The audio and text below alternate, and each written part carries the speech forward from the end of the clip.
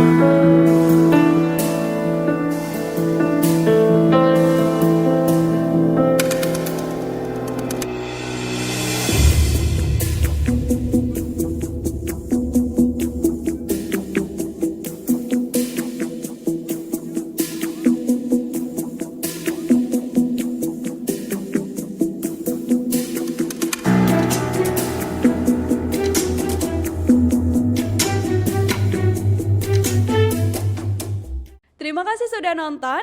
Jangan lupa like, subscribe, dan share ya.